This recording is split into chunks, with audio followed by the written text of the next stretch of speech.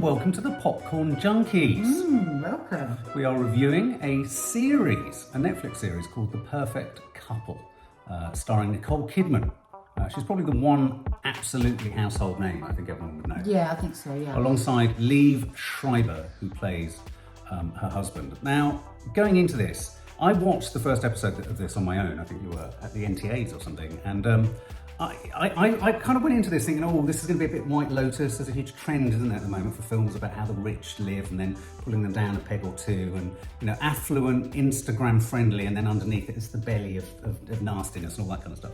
I watched the first episode of this. I'm just going to throw it out there straight away. I absolutely loved it. I'm just going to say that right off the bat. And then I was on the way home from the NTAs and he said he'd watched it and we nearly had a massive argument. So I said, how can you watch something like that? Because it was Nicole Kidman. I'm a very big Nicole Kidman fan.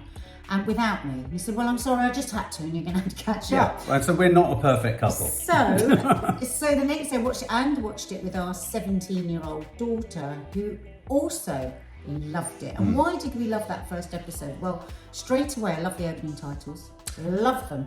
Let's just take a moment. By the way, just to let you know, this is based on a best-selling book by Elin Hilderbrand. She writes kind of crime, romance, thriller, whodunit. You know, it's kind of airport fiction-y type stuff, but I think a little bit classier than just airport fiction. But yeah, you're absolutely right. I think the thing that got me going as soon as I watched this was the opening title. Describe the opening title sequence. Well, it's a wedding, and so you've got all the cast doing a very, like almost a flash mob dance. They're all perfectly in time. They're all joyful. They're all beautiful. It's the beautiful people and the beautiful location.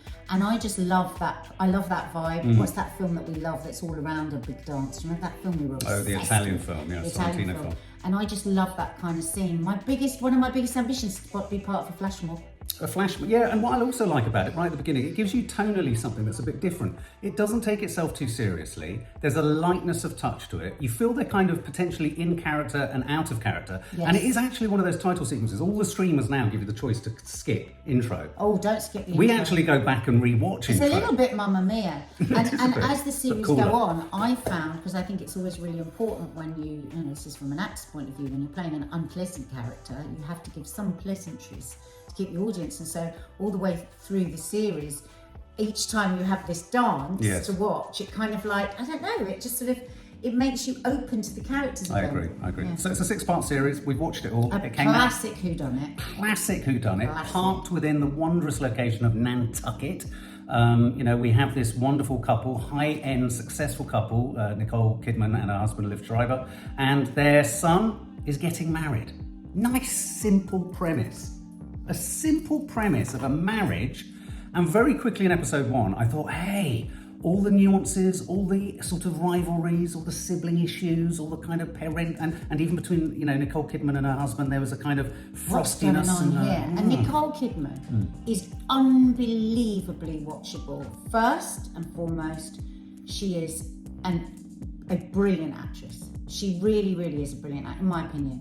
She's enigmatic, truly enigmatic, isn't she? You just never quite know. And actually, the writer was being interviewed the other day, and she was saying that Nicole has that in real life, and that Nicole doesn't know what that thing is. Nicole has no idea, and that's why she was drawn to casting her, because of this je ne sais quoi that Nicole has. I agree. So I love to watch her as an actress, but I love to watch her because of her ever-changing face.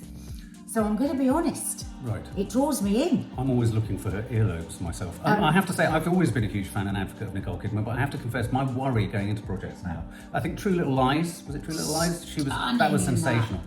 My worry is I've seen a few other things where you could argue she's throwing in a very similar performance in many, many things that she's in at the moment. But parking that to the side, like you, I thought she was incredibly grounded in this. She felt very strong. She felt like a brooding presence, didn't she?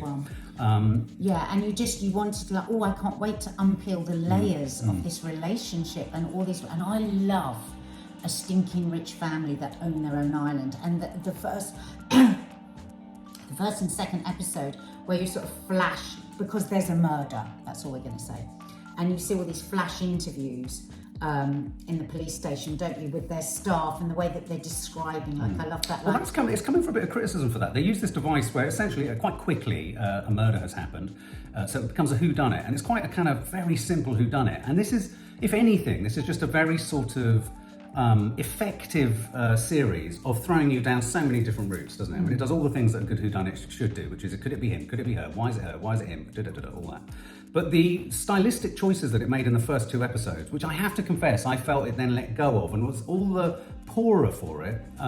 They used this device where a lot of people were brought into the station and were basically interrogated. It was almost like directly into camera, and a lot of people thought that was a bit too self-conscious, a bit too stylish. I loved it because it was stylistic. And I thought it was very funny. There was a lot of promise Yes. with the actors. So there was a guy that played the butler who was Yes. just, oh, they're rich. They're rich, have your own island, have your own helicopter rich. They're rich, somebody could be murdered and they would never be found. And he did this whole spiel about rich. And I was like, oh my God, I love this character and I love this dialogue and I love it, love it, love it. We'll say more about that when we move away from the first and second episode. But yeah, so for me, there was a lot of promise. There was the housekeeper, you know, and it was kind of like, it is a bit arched and slightly camp, you know, so we bought into that, I think. And I think, thought, oh, okay, we're going off this way. Yeah, It's gonna be quite... which, as I understand it, is what things like White Lotus has in bucket spades. I we mean, couldn't watch couldn't White get on Lotus. with it. We tried it. We couldn't watch it. We didn't like it. And so I got really excited with this. I was thinking, oh my God, we've stumbled across something here that kind of could be an alternative to White Lotus. Well, because I And actually said that to you, didn't I? I said, oh, this feels like White Lotus, but that we might actually like it. Absolutely. Now, for me, first episode, second episode, they set the enigma. Loved it. You've got the death of a character who... I'd be interested. Are we not going to reveal who the death of the character is? Can we not say a spoiler? Can we do any spoiler? No. We're not going to say who died. Okay. No. Anyway, there are, you know, the range of characters in here are great. I thought the drawing of the family kind of war lines and kind of just the relationships between all of them was sensational. In the first episode, I thought the sons, one of them played by Jack Rayner, he is so good. He's the kind of cocky, bully older brother. And then you've got, is it Billy Howell, who played the guy who's getting married? And I thought he was great too. So you had a much sort of gentler character versus a sort of ballsy character. Individually, everybody was a good actor. Every single think one of of them. one that you just think, oh no, they weren't. I can tell you exactly. I can think of one immediately. Was it the guy that played the Indian? The friend Multi-millionaire. of the groom, I didn't think was the strongest, Ishan Khatter, but I have to confess, He was very good looking. He was good looking, but also I think his story arc, at that point, his story arc got a little bit kind of obvious. But no, I tell you who did I not like? Isabel Adjani. What was going on with Isabella Adjani? It's Isabella Adjani. Oh yes, no. So she did plays not a like French her performance. friend of the I family. love Isabella Adjani in the old days. Is Isabella Adjani the one who was in... What was she in? She wasn't in Betty Blue, was she? Yeah. Oh my God, was that Betty Blue?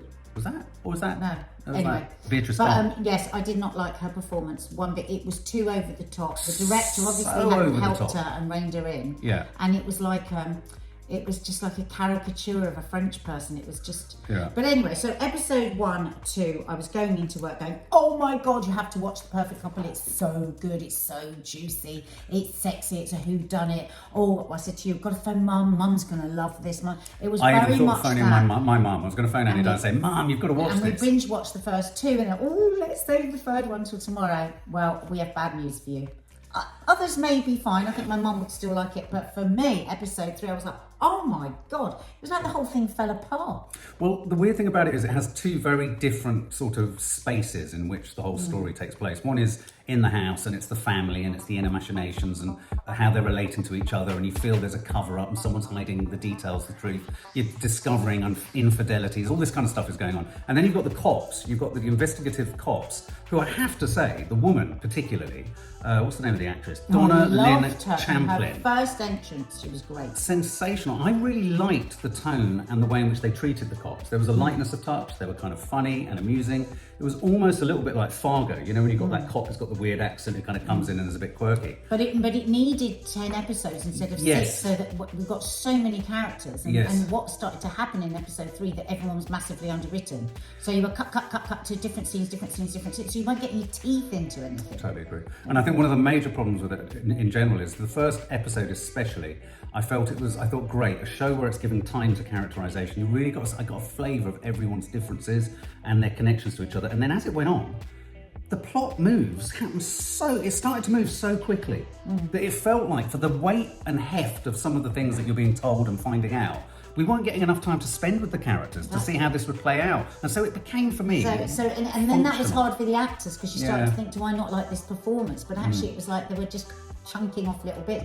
Feels like there was a really harsh edit of the script or of the actual, let's make it 6 episodes. Yeah, and that's I think, what it felt like. It started to feel like that in episode 3. Absolutely, Graham. I don't know whether this is a Netflix decision. I think it would have been it's one of those shows that could have really done with 10 episodes where we sat with the characters for longer, got to know them in more detail, saw the kind of, the issues 10 going on. episodes it needed. And I wonder if all resources and time and effort went on Nicole Kidman's episodes, because they were much better episodes. Now she's the star, and she's very watchable, as is Liev Schreiber, the guy that played her husband. Yeah. But maybe that was because they could give them more time and more script, not just for me, the strongest. This was at its strongest when it had, for example, one of the standout scenes for me is a scene where Liev Schreiber and Nicole Kidman, husband and wife, are sat down doing an interview for a magazine, and you see them. And she's a successful writer. She's a bestseller. And you can see in that moment the PR, the publicity version of the family that they throw out to the press, which is the perfect couple, versus the tension and pressures and actual hatred and sort of contorted love that's gone on between the two of them. So you feel this real tension in their relationship in a scene like that. And I think this show was at its strongest when it just sat with scenes to let them evolve.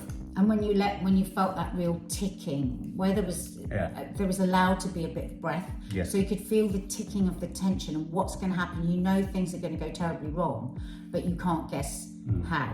And it's such a whodunit that every single person that ever walked Earth could have been the one that did. I said to Mark at one point, it was episode 4, I went, oh my God, I'm in Cluedo. I'm in full-on Cluedo here. It really is. It really is Cluedo. And so then moving through it, there were some really good big reveals, like wow, that was, what's it called when you suddenly have a reveal of something? Well, no, also there was some just great sort of wow, did I just watch that moment? So I think for me, one of the guilty pleasures in this, I thought Nicole Kidman was good and she was very strong in it, but I found her arc was pretty much the same all the way through. But then her arc, where she was asked to make huge leaps at the end. Yes, in the last episode. I can't believe even as an actress she agreed to it, because it was too... we all went, where the audience goes, what? You've suddenly got to be that. Doesn't give anything away when I say London Zoo. It was so weird. Rushed. Needed 10 episodes, not 6. Why did you do that? If you'd kept on and you'd given it some time and some money and you'd kept with episodes 1 and 2, we would have finished it going, wow, that was so juicy, that was so Who did you enjoy sitting with the most? My guilty pleasure throughout this, I loved almost every single moment with Liev Schreiber. Liev Schreiber was fantastic. I thought the husband, he's such a fascinating character, and he, through telling us not an enormous amount, he's constantly getting stoned, and he was so good. Such a brooding presence, and yet also at the same time, incredibly in love and thwarted in his connection with her. Or was he? Was that all an act? Also the detective. She was fantastic. I wanted to see more of her. But we sort of lost that. We lost Dakota Fanning. Really good in this. So strong. As the sort of pregnant daughter-in-law. Very good, very evil, very good. And so for me, there was it was a series that kind of has, and I think you're absolutely right to say that, but with the exception of Isabella Adjani, I think the performances throughout were great. I think the script sometimes was brilliant at the front end of the show. I think it ended up falling into the trap of not even a whodunit that wanted to kind of keep us guessing all the way right up to the end. It just moved too quickly and it became really trite. So you stopped trying to work out who it was, because you knew the whole thing was such a stitch-up, but we were being manipulated so obviously. Yes. To go, oh right, okay, this one could have done it. So you got a bit like that. We didn't even say who do you think's done it. No. Well, because they made everything so possible that everyone could have done it, but we just gave up. I agree, but also I do want to say that Eve Hewson, who plays Amelia, who's the bride essentially, who, around who all of the activity and all of the drama kind of pivots around, because she's getting married to Nicole Kidman's son. I loved, and you made this point at the beginning, she was quite, not ordinary, she's beautiful, but she wasn't your conventionally pretty sort of, lead actress around which this would all occur. Well, that Instagram perfect. So I liked that because she was, But I loved their relationship, but I really cared for the first 2, almost into the 3rd episode, but by the end of the series, I'd lost all interest in them and her marriage. It's funny because what it became was a bit like when you turn on some real rubbish and you just watch it because you can just blancmange out because you're knackered after a hard day. That's where it ended up for me. It started off where I was like this, watching this, going, oh, this is going to be juicy, and in the end, it was Valium. Now, Valium TV, I'm a great fan of it. Yes. You know, I watch a lot of Valium TV because we don't drink in the evening, so that's where it ends up. I agree. I thought this was going to be something that was going to deliver something like Mayor of Easttown. So we were going to get really layered, gritty performances. Nowhere near the that. Relationships. Or what was that other show with Amy Adams where there was the girl who was killing was or being so good. killed, and there was someone had Munchausen and all that stuff. Hypoxia. That was a brilliant show. I thought we were going that way, and the first 2 episodes really offer you that. And then by the end, I literally felt like I was watching not Mills and Boon, but like a Mills and Boon crime show. Who done it? Agatha Christie, Cluedo. And so the saving grace in the last episode is this. They show the whole dancing sequence in the end credits. No. Murder, She Wrote. That's what it's like, that afternoon series, Murder, She Wrote. It got there. I wonder if the actors feel frustrated with it, because there was so much great characterisation in there, and a wonderful moment that features Rick Astley in a bizarre way. Not the guy, but one of his songs. I thought that was a great scene. A brilliant moment. What would you score it? Would you say, did you waste time? What did you say to me earlier? Well, like I said, it was Valium, and I'm not opposed to Valium TV. Yeah. So I'm glad I watched it, because there was some bits of it that I loved. Yeah.